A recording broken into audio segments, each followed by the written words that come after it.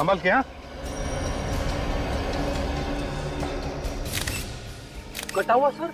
My God, तो इसके sir के साथ इसका हाथ भी जुड़ा हुआ है। शरीर का बाकी हिस्सा भी तो होना चाहिए आसपास।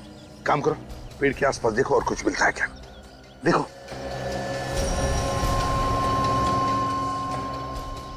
सर कितनी बेरहमी से काटा है सर और हाथ को। और सर ऐसा कोई क्यों करेगा? यहाँ इस हालत में किसी की लाश को दफनाने का क्या मतलब है? सिर्फ सिर और हाथ। पार्क तो ऐसी जगह है जहाँ पे काफी सारे लोग आते जाते रहते हैं। सचिन, विवेक, एक काम करो, पार्क में आसपास अच्छी तरह से देखो कुछ मिलता है क्या।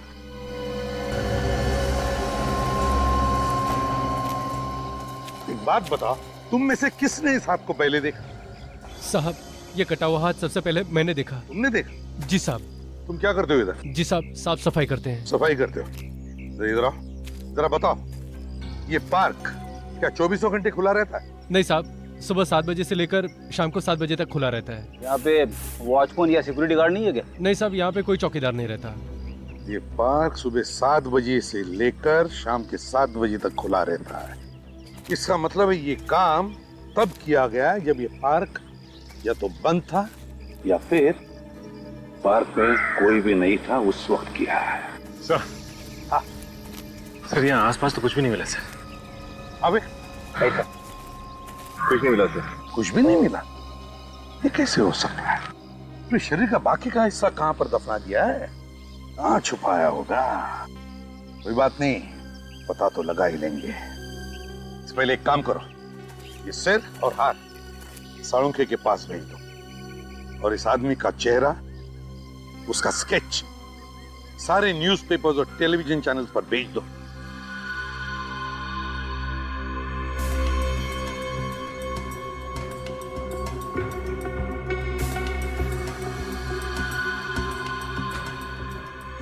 माय गॉड,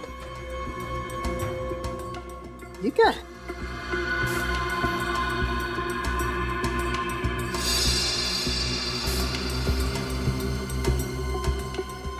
क्या हो सकता है? तारिका, मुझे तो एक कोई कागज का टुकड़ा दिखाई देता है। साफ करके देखते हैं क्या है। डॉक्टर साहब, ये आपके हाथ में क्या है? दया, ये मेरे हाथ में कागज का टुकड़ा है। कागज का टुकड़ा मिला कहाँ से आपको? यहाँ से, इसकी उंगलियों के बीच में फंसा हुआ था ये। मगर इसकी उंगलियों के बीच में ये कागज का टुकड़ा कैसे पहुंचा? या मुझे लगता है इस आदमी ने कोई कागज को अपने हाथ में छुपाने की कोशिश की होगी और ये कागज का टुकड़ा इसकी उंगलियों के बीच में फंस गया। लेकिन डॉक्टर साहब, ऐसा क्या है इस कागज के टुकड़े में? अरे भाई, तो चेक करने जा रहा था। क्या आप लोग आ गए? साफ करके देख लीजिए ना, पता चल जाएगा। देखते हैं।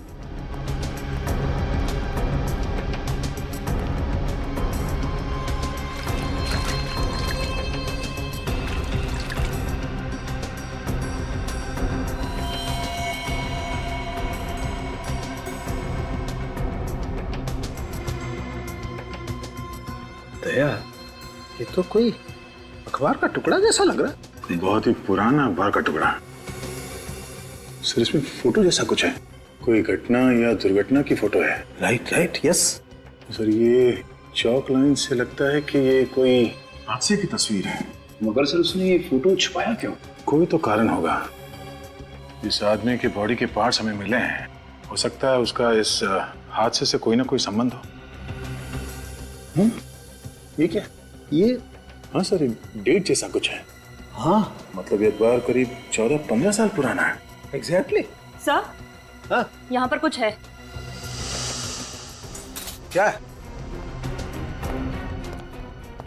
क्या है? ये देखिए, इसके जीप के अंदर एक नंबर छपा हुआ है। देखिए, जीप के अंदर नंबर। नंबर 3? सर, जीप पे नंबर 3 छापने का क्या मतलब है? ये केस तो कुछ ज्यादा ही उलझा हुआ है। पहले इस आदमी की उंगलियों के बीच में 14-15 साल पुराने अखबार की कटिंग, जिसमें एक हादसे की फोटो है, और अब ये जीप में नंबर। इस आदमी का किसी न किसी जुर्म के साथ कोई ना कोई कनेक्शन जरूर है।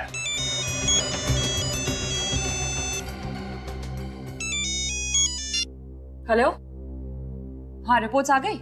क्या पता चला रिपोर्ट से? Thank you sir. ये एक आदमी नहीं है। एक आदमी नहीं है मतलब? ये सर किसी और आदमी का है और ये हाथ किसी दूसरे इंसान का। मतलब दो अलग अलग लोगों के बॉडी पार्ट एक ही जगह पे मिले?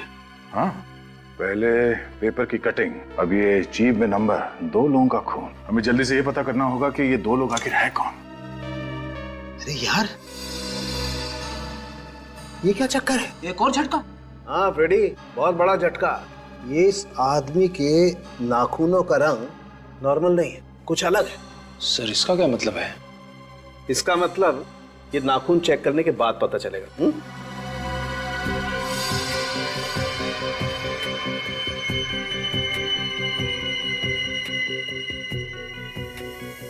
इसे साफ करके चेक करते हैं।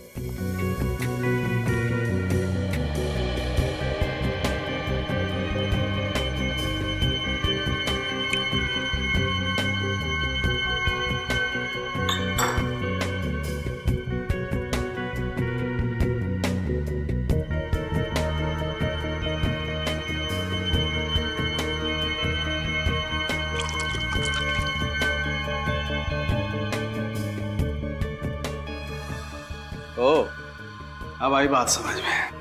क्या हुआ डॉक्टर साहब? दया, ये आदमी कोई बहुत हैवी डोज ले रहा था किसी दवाई की। कौन सी दवाई सर? वेरिऑक्सिबिन। वेरिऑक्सिबिन? हाँ दया, ये दवाई कैंसर पेशेंट लेते हैं। ये बहुत महंगी दवाई है, आसानी से नहीं मिलती है। और जब तक कोई कैंसर स्पेशलिस्ट अपने हॉस्पिटल में अपने पेशेंट को प्रिस्क्राइब नहीं करता है, तब तक ये दवाई किसी को नहीं मिल सकती। तो फिर इस शहर के सारे कैंसर हॉस्पिटल्स में चेक करना चाहिए। अबे क्या? तो औरतों ने इस आदमी का चेहरे का स्केच पहचान लिया?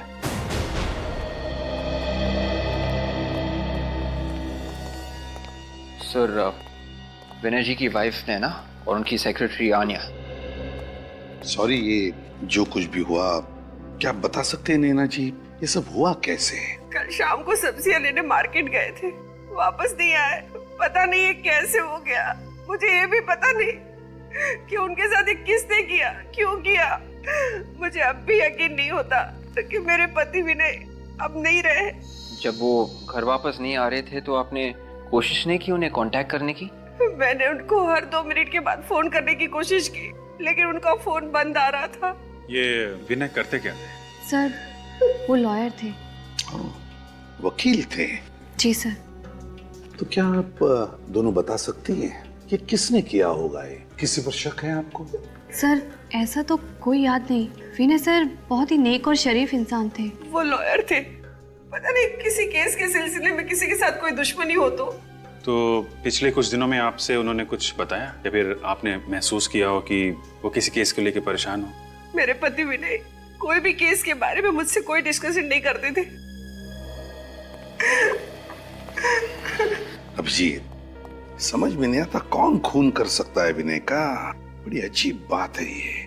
सर, जिस बेरहमी से विनय का खून हुआ है, ऐसा लगता है कि खूनी के दिल में विनय के लिए काफी जहर भरा था, काफी नफरत करता था वो।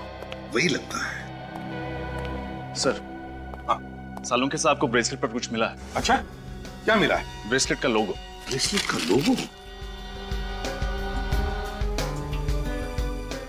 अभिजीत, ये देखो, ऐसा कुछ वी जैसा लिखा हुआ है। वी जैसा ही कुछ है। विक, कंप्यूटर में चेक करो, देखो ऐसा लोगो किस ज्वेलर का है। Yes sir. हाँ अभिजीत,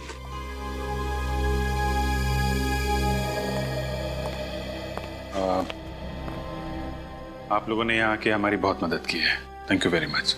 अभी आप लोग जा सकते हैं, जरूरत पड़ेगी तो दोबारा बुला लेंगे। थैंक यू सर, लेकिन आप मेरे पति के कातिल को जल्द से जल्द ढूंढ निकालिएगा। हम अपनी पूरी कोशिश कर रहे हैं, प्लीज।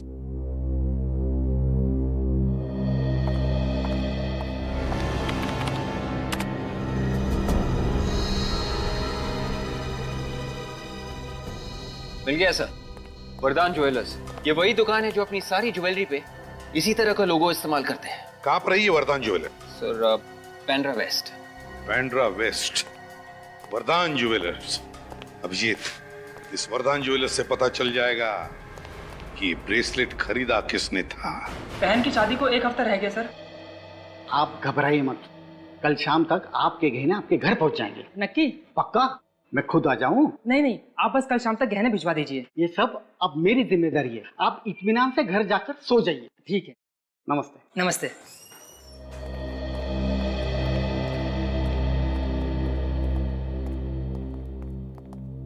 आइए सर, शादी है। नहीं कुछ देखना चाहते हैं? आइए ना सर, बैठिए। आराम ने जरा कस्टमर को देखना। नहीं, हम दिखाते हैं आपको कुछ। आप लोग कुछ दिखाना चाहते हैं?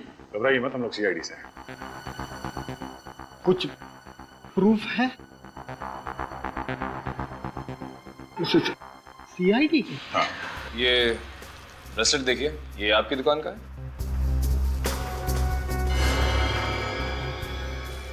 ठीक कहा आपने, ये मेरे दुकान से ही बना हुआ है। कहाँ मिला आपको? एक हाथ पे था ये। ब्रेसलेट तो हम हाथ के ऊपर ही पहनते हैं ना। हाथ कटा हुआ था। किसका हाथ था सर? ये पता करने के लिए हम लोग यहाँ पर आए हैं। क्या बता सकते हैं कि ये ब्रेसलेट किसने खरीदा था आपके यहाँ से? ऐसे ब्रेसलेट बहुत कम लोग बनवाते हैं, शायद 4 से 5 पीसेस ही बनवाए थे हमने। सर फिर तो बहुत आसानी से पता चल जाएगा कि ये 4-5 ब्रेसलेट्स किस किस ने बनवाए थे। ये सही कहा मैडम ने। बता सकते हैं? मैं अभी दिखाता हूँ सर। श्रेया, इन सबके नाम और फोन नंबर्स नोट कर लो। जी।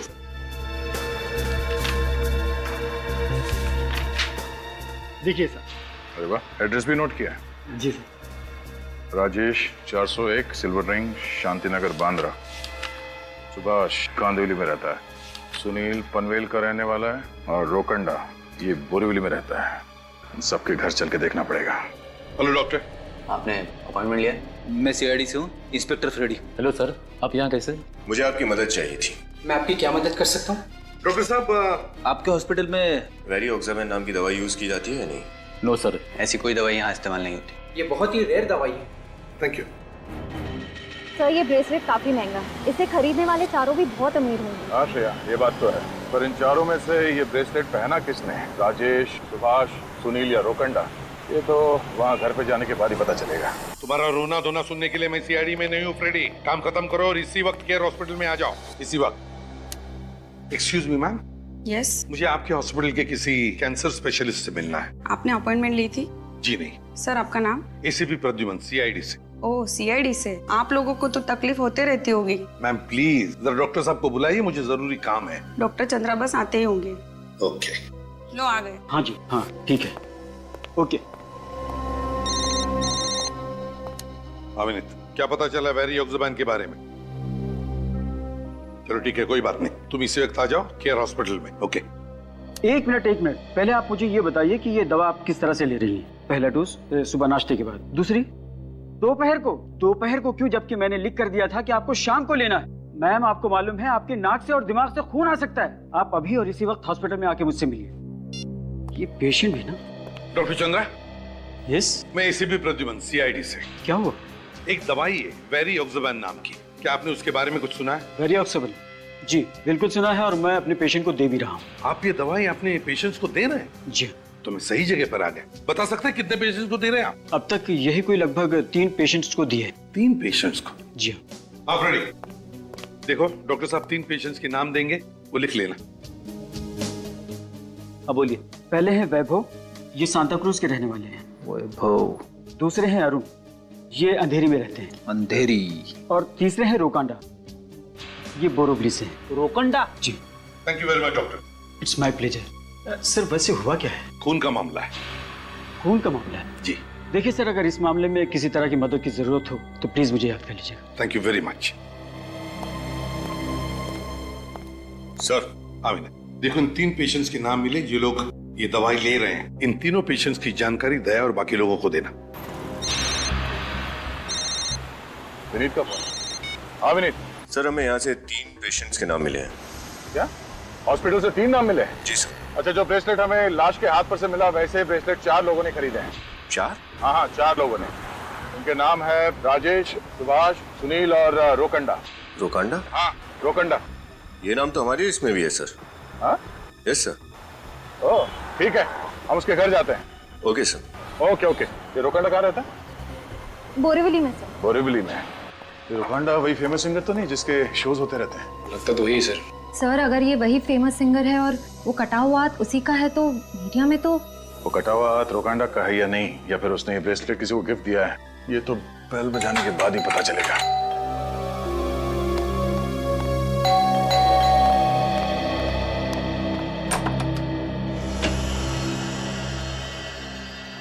बोलिए साहब। जी कहिए, किससे मिलना है आपको? हम लोग सीआईडी से हैं, रोकांडा से मिलना चाहते हैं। रोकांडा? हाँ, वो यहीं रहते हैं ना? जी बिल्कुल यही रहते हैं। और आप? मैं उनकी पत्नी त्रिया। कहाँ है वो? घर पर नहीं है क्या? आप यहाँ बैठिए प्लीज।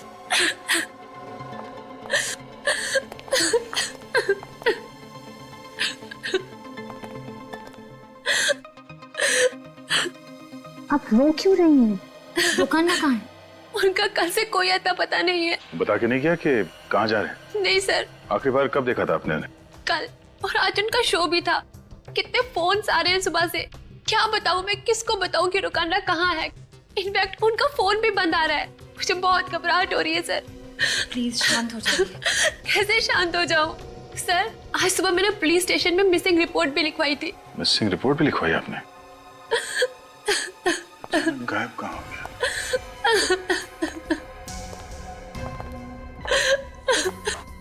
ये ब्रेसलेट? सर ये तो... हाँ, वही ब्रेसलेट है। इसका मतलब वो कटा हुआ हाथ रोकांडा का था? शायद। आप लोग क्या बातें कर रहे हैं?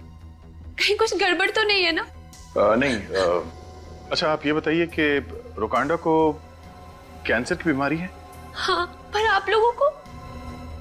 ऐसे ही। अच्छा, रोकांडा के बारे में कुछ जानकारी मिले तो हमें इन्फॉर्म कर देना। जी सर। Thank you.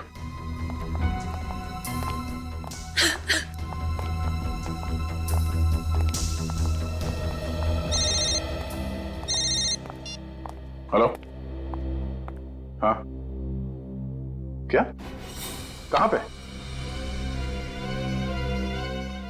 पनवेल के हाईवे पे और भी बॉडी पार्ट्स मिले?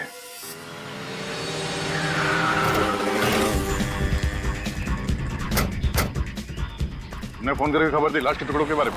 हाँ साहब, मैंने बड़ा पाव खाने के बाद कागज फेंकने के लिए जैसे ही कचरे के डिब्बे के पास आया तो मैंने ये देखा। तुम वहां खड़े थे, दूर जाओ। खोलो से।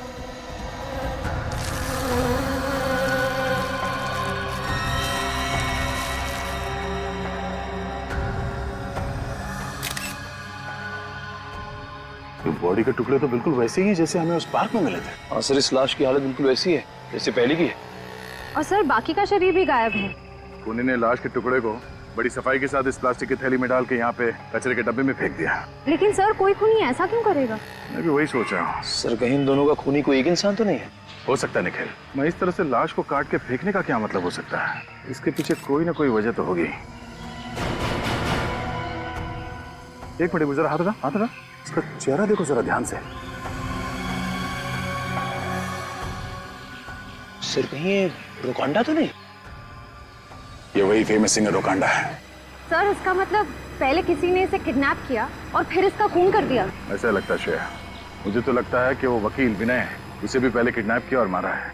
सर जिस तरह से इन दोनों का खून हुआ है विनय और रोकांडा का, उससे तो यही लगता है कि खूनी की इन दोनों से कोई जादुई दुश्मनी है। कोई ऐसा इंसान हो सकता है जिसके दिल में इन दोनों के लिए बहुत नफरत भरी हो। जिस तरह से लाश को काटा गया है ऐसा ही लगता है। श्रेया, रोकांडा की बीवी को फोन करके उसकी मौत के बारे में इन्फॉर्म करो। सर मैं जानता हूँ श्रेया, बहुत मुश्किल काम है। क्या करें, तुम्हारा काम ही कुछ ऐसा है। फोन तो करना पड़ेगा। यस सर, मैं समझती हूँ। निखिल, इस बॉडी के पार्ट्स को फॉरेंसिक लैब भिजवा दो। हेलो मिसेस त्रिया।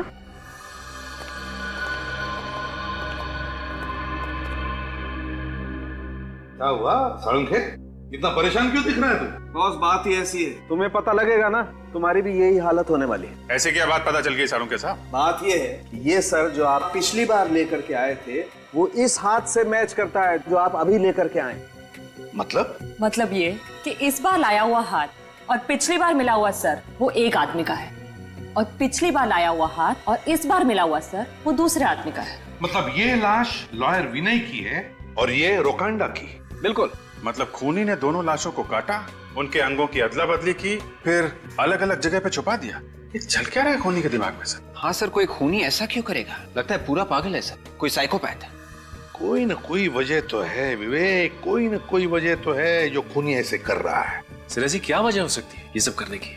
यही तो पता लगाना है सचिन कि ये खूनी ऐसे वैश्यबन पर क्यों उतर आया। एक बात और बॉस, क्या?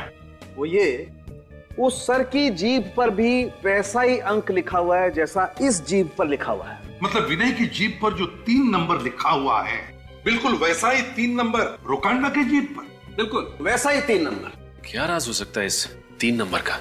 सर हो सकता है कातिल हमें कुछ दिखाना चाहता हो, इसलिए उसने इन लाशों की जीभ पर ये नंबर लिख दिए। हाँ, दिखाना तो चाहता है जरूर ये खूनी हमें। और फिर ये नंबर 3, इस नंबर 3 का कोई ना कोई तो कनेक्शन जरूर है विनय और रोकांडा के बीच में। सर कुछ तो छुपा इन फोटोग्राफ में,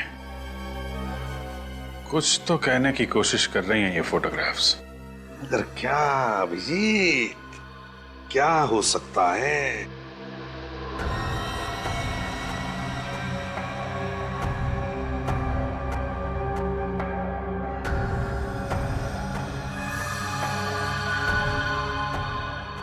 अभिजीत, बॉडी पार्ट्स को देखो, किसी खास तरीके से रखे गए हैं। कुछ समझ में आ रहा है? ऐसा लगता है कि कोई शेप दिया गया है, कोई आकार है। एग्जैक्टली अभिजीत। अभिजीत, मुझे लगता है ये इंग्लिश का अल्फाबेट क्यू है ना? हो सकता है ना? हाँ सर। ये देखो। हाँ सर, क्यू। हाँ, और फिर ये देखो, ये नहीं लगता तुम्हें कोई नंबर? 9? हाँ, 9। ये देखो, 9 9 9 है ना? और फिर ये 3 and 3, क्यों 933? सचिन, इधर लिखो बोर्ड में, Q933। हो क्या सकता है सर? शायद कोई पासवर्ड या फिर कोई लॉकर नंबर, कोई एड्रेस, सर कोई कोड। Code code. अभिजीत, उस क्राइम सीन पर रोकांडा के हाथ में ये कागज का टुकड़ा मिला था। कागज का टुकड़ा, इस पर एक फिगर बनाया हुआ है क्राइम सीन का। तो कहीं ऐसा तो नहीं कि ये कोड नंबर Q933 इस क्राइम सीन से जुड़ा है? क्या हो सकता है ये नंबर? क्राइम सर, कहीं केस नंबर तो नहीं? हाँ, केस ही हो सकता है। विवेक, चेक करो हमारे रिकॉर्ड में, केस नंबर Q933 है क्या? Yes sir.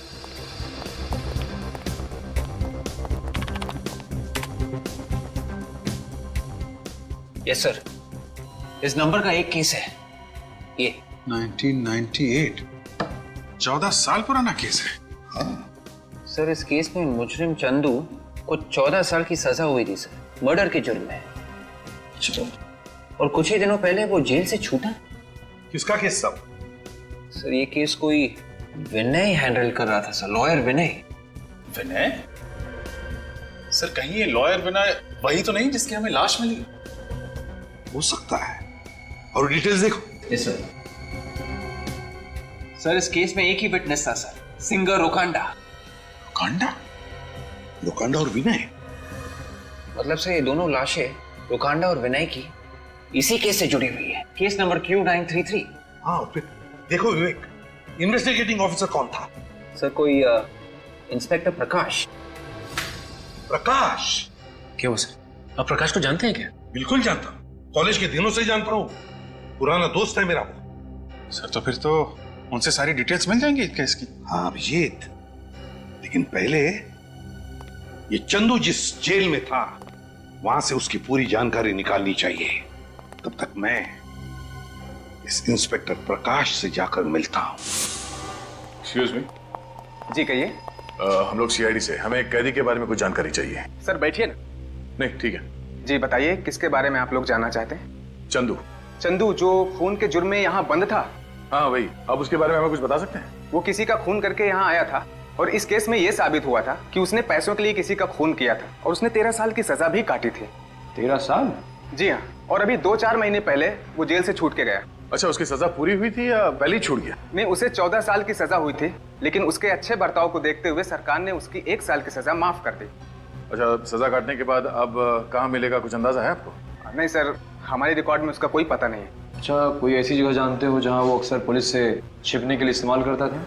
नहीं सर, हमें उसके बारे में ज्यादा जानकारी नहीं है। पिछले 13 साल में जब वो जेल में था तो उसे कोई ना कोई तो मिलने आता था ना? सर आप विश्वास नहीं करेंगे, पिछले 13 सालों में ऐसा कोई आदमी हमने नहीं देखा जो उससे मिलने आया था, और इस बात से जेल में सभी हैरान थे। पिछले 13 साल में उससे मिलने के लिए जेल में कोई भी नहीं आया? हाँ सर, सच है। और ना तो उसका कोई रिश्तेदार, ना दोस्त, ना कोई यार, कोई नहीं था सर। ये तो बहुत ही अजीब बात है। बल्कि पुलिस ने जब उसे पकड़ा तब भी वो अकेला ही था। अच्छा, उसका घर कहाँ है, कुछ एड्रेस है आपके पास? अभी तक हमको उसके बारे में कुछ पता नहीं चला। इसका मतलब चंदू के आगे पीछे कोई नहीं था। लेकिन सर ऐसा कैसे हो सकता है? कोई भी इंसान इतना अकेला कैसे हो सकता है? कोई तो होगा जो उससे बातें करता होगा। अच्छा, जेल में चंदू का बर्ताव कैसा था? वो कैदियों से बात करता था या किसी से बात करता हो? सर कुछ खास नहीं, अकेला ही बैठा रहता था, अपनी दुनिया में वो खोया रहता था, किसी से ज्यादा बात ही नहीं करता था सिवाय एक आदमी के। कौन? सर राजू, चाय वाला। अक्सर वो हमारी जेल में चाय देने आया करता है। चाय वाला राजू? जी हाँ सर, सिर्फ उसी से बात करता था। कहाँ मिलेगा ये चाय वाला? सर आप आगे निकलिए और दाहिने मुड़िए और सीधे चलते जाना, उसका ठेला आगे दिख जाएगा। Thank you. Thank you sir. Raju चाय वाले के साथ बैठ के चाय पीते हैं। कितने सालों बाद आ रहा हूं मैं प्रकाश से मिलने के लिए। फिर भी सर, इतने वक्त बाद पुराने दोस्त से मिलने की बात ही अलग है। हाँ वो तो है। अरे एसीपी अंकल, आप लोग आइए ना अंदर। आयुष, कितने बड़े हो गए तुम, हैं? पापा कहाँ है? वो क्या हुआ? मुझे कुछ समझ नहीं आ रहा है अंकल। क्या हुआ आयुष, कोई प्रॉब्लम है? अच्छा है आप लोग आ गए, मुझे आपकी मदद चाहिए। क्या हुआ? प्रकाश सर ठीक तो है ना? पापा आज सुबह से कहीं चले गए हैं और मेरा फोन भी नहीं उठा रहे हैं। तो ऑफिस में फोन करते उनके? मैंने ऑफिस में फोन किया था पर पापा आज ऑफिस पहुंचे ही नहीं है। हो सकता है वो किसी बाहर के काम की वजह से ऑफिस ना गए हो या फिर बिजी हो। नहीं नहीं, पापा चाहे जितना भी बिजी हो मेरा फोन जरूर लेते हैं, और अगर फोन नहीं उठा सकते तो मैसेज जरूर करते हैं। आज तो कोई जवाब ही नहीं दे रहे हैं, मुझे बहुत चिंता हो रही है अंकल। प्लीज पापा को ढूंढिए ना अंकल। आयुष बिल्कुल घबराओ मत। अरे तुम्हारे पापा एक दिलेर और जाबाज ऑफिसर है, समझे?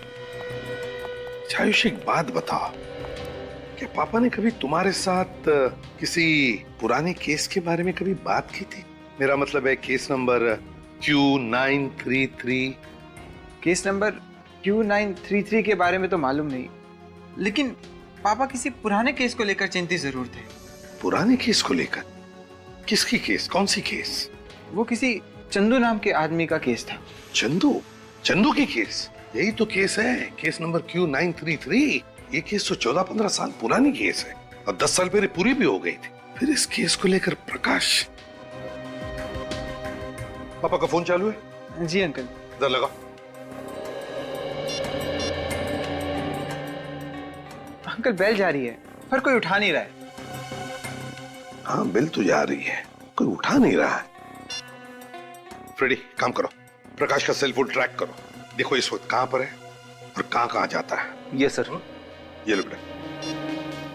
और सुनो, बिल्कुल घबराना नहीं, तुम्हारे पापा को हम कुछ नहीं होने देंगे, बिल्कुल घबराओ मत। और एक बात, अगर तुम्हें कुछ भी पता चले, कुछ भी पापा के बारे में या इस केस के बारे में, तो मुझे तुरंत फोन कर देना।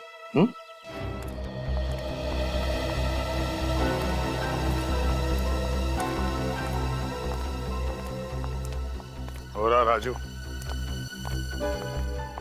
राजू? जी साहब। 4 चाय देना। चौथी चाय किसके लिए साहब? तुम्हारे लिए। सोचा तुम्हारे साथ बैठ के चाय पिया जाए। क्यों नहीं साहब, ग्राहक तो भगवान का रूप होता है, और ग्राहक के लिए तो ये राजू कुछ भी कर सकता है साहब। बैठिए साहब, आइए आइए। और एक कैदी के लिए भी राजू कुछ भी कर सकता है ना? मैं कुछ समझा नहीं साहब। नहीं समझा? अभी समझाते हैं, निकल।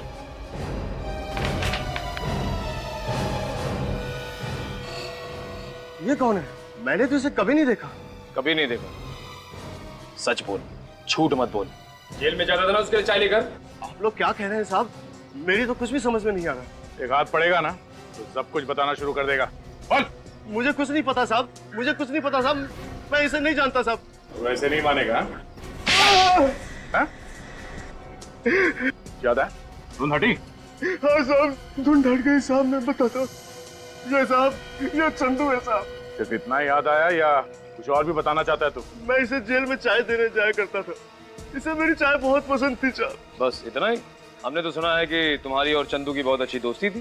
दोस्ती तो दूर की बात है साहब, वो मुझे जान से मारने की धमकियां देता था साहब। एक दिन मौका पाकर साहब उसने मुझे दबोच लिया और मुझे कुछ चिट्ठियां दी और उसने मुझे कहा कि इन चिट्ठियों को पोस्ट कर दे और मुझे धमकी दी कि अगर मैंने उसका कहना नहीं माना या किसी और को इस बारे में बताया तो वो जेल के बाहर अपने पार्टनर के हाथों मुझे मरवा देगा। और तुम मान गए? और मैं क्या करता मैडम, मैं एक मामूली चाय वाला और वो एक खूनी, डर तो लगता ही था। किस तरह की चिट्ठियां भिजवाता था वो तुमसे? ये तो मालूम नहीं साहब, डर के मारे मैंने वो चिट्ठियां कभी खोली ही नहीं। मगर साहब हर 5-6 महीने में वो अपने गांव मंगल नगर के लिए एक चिट्ठी जरूर पोस्ट करवाता था। मंगल नगर?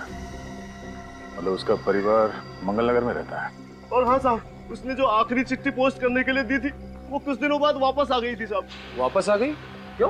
पता नहीं साहब, मैंने तो उसे पोस्ट कर दिया था लेकिन वो वापस आ गई। इस बात को मैंने चंदू को भी डर के मारे नहीं बताया साहब। क्या वो चिट्ठी अभी भी तुम्हारे पास है? जी। दिखाओ जरा। दिखाता हूँ साहब।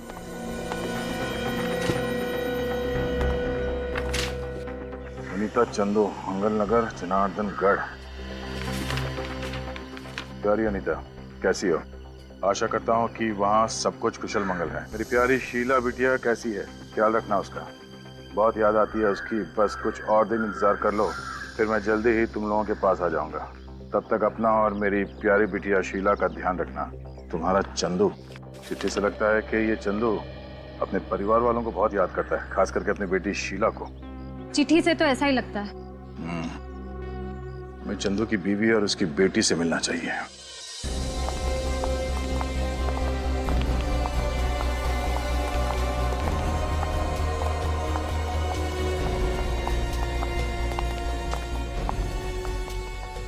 मंगल नगर तो पहुंच गया।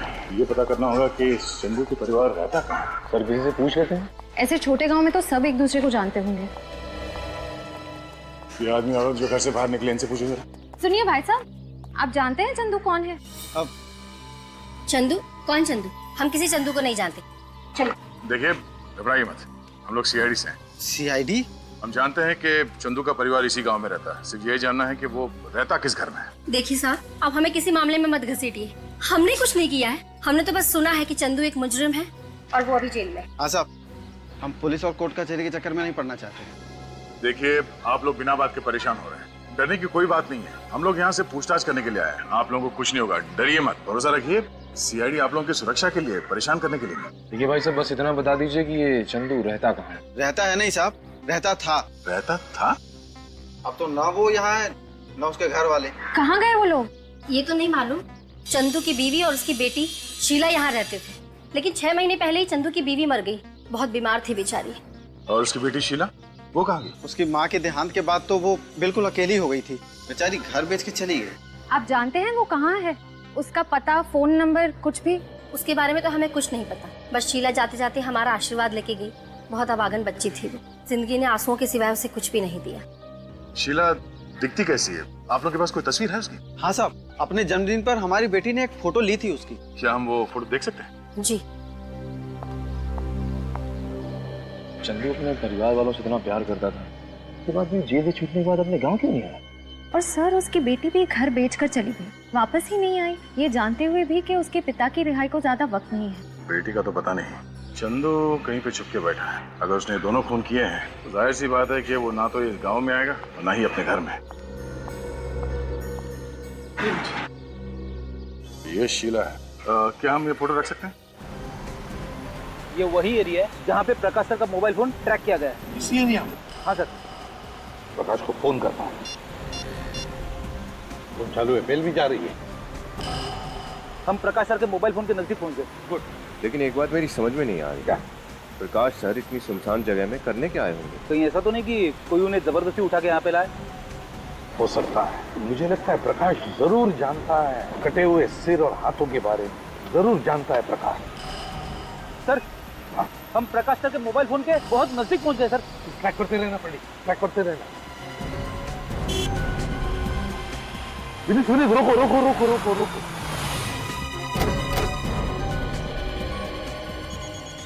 इसी एरिया में कहीं पर फोन की घंटी सुनाई पड़ रही है। आ रही है सुनाई? हाँ सर। हाँ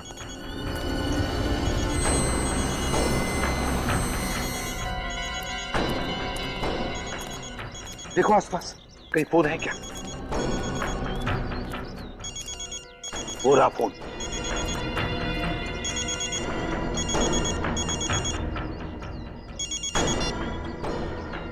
ये तो प्रकाश का ही फोन लगता है।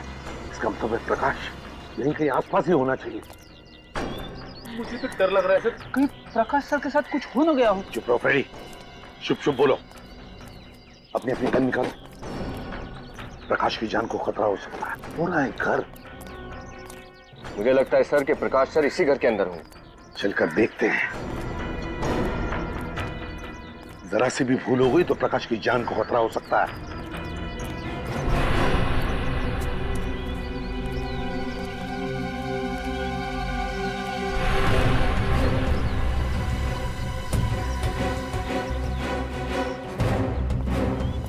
उस तरफ जाकर देखो। रेडी? जाओ पीछे जाकर देखो।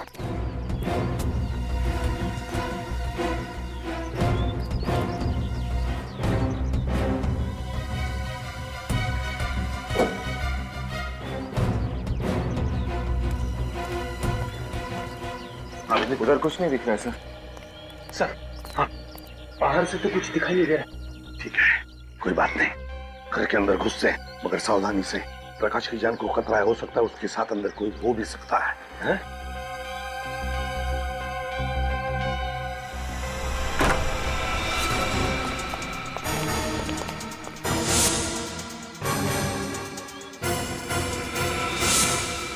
सर अंदर तो कोई दिख नहीं रहा। फ्रेडी इस तरफ जाओ। विनीत, विनीत इस तरफ।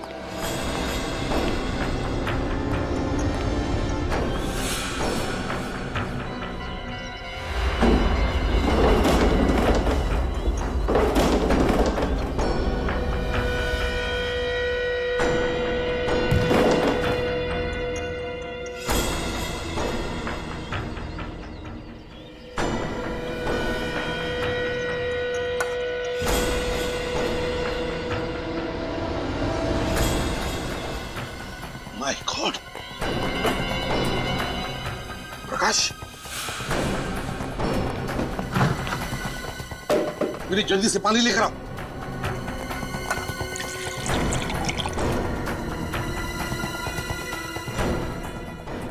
पानी।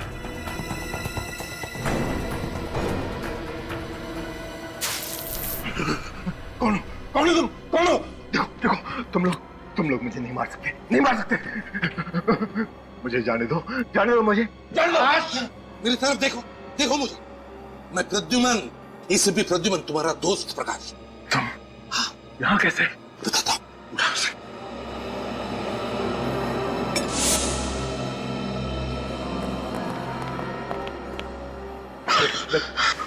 पानी पीना, ये पानी पी।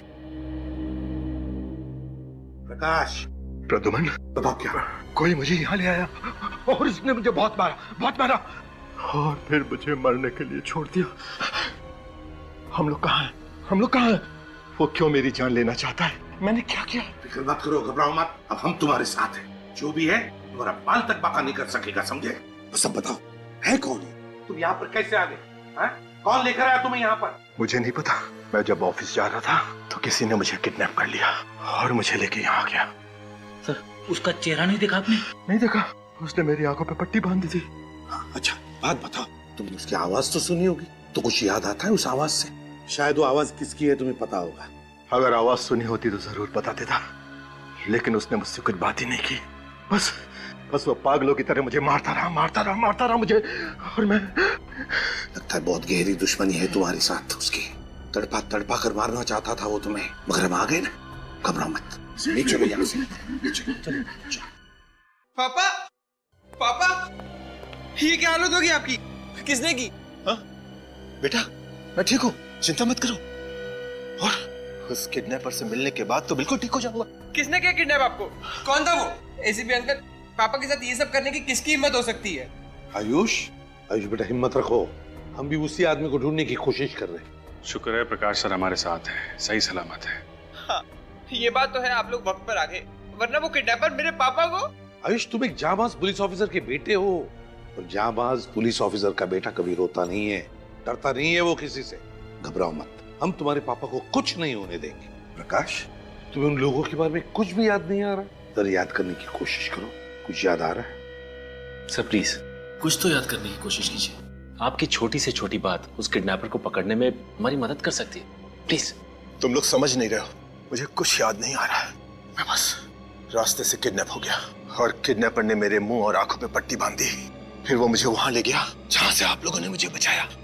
बस वो मुझे पीटता रहा और पापा। प्रकाश, प्रकाश क्या हुआ? लगता है पापा को फिर से हार्ट अटैक आ गया। अटैक? माय गॉड, जल्दी से हॉस्पिटल ले चल। पापा पापा पापा।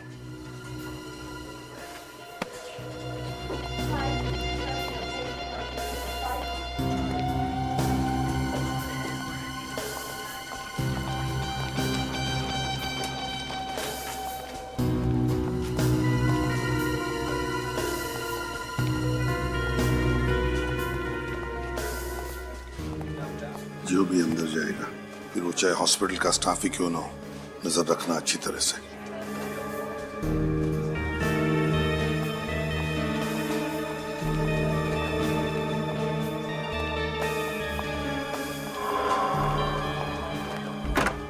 ये अंदर कौन गया? सर ये डॉक्टर कोराली हैं, इस वक्त राउंड पे हैं।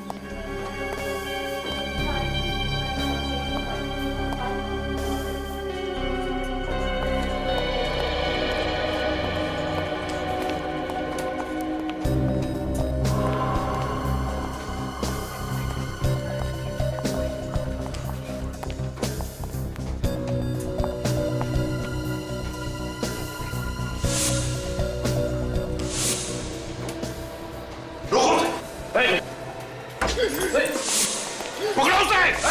डॉक्टर को लेकर आओ, जल्दी जल्दी जाओ। बस।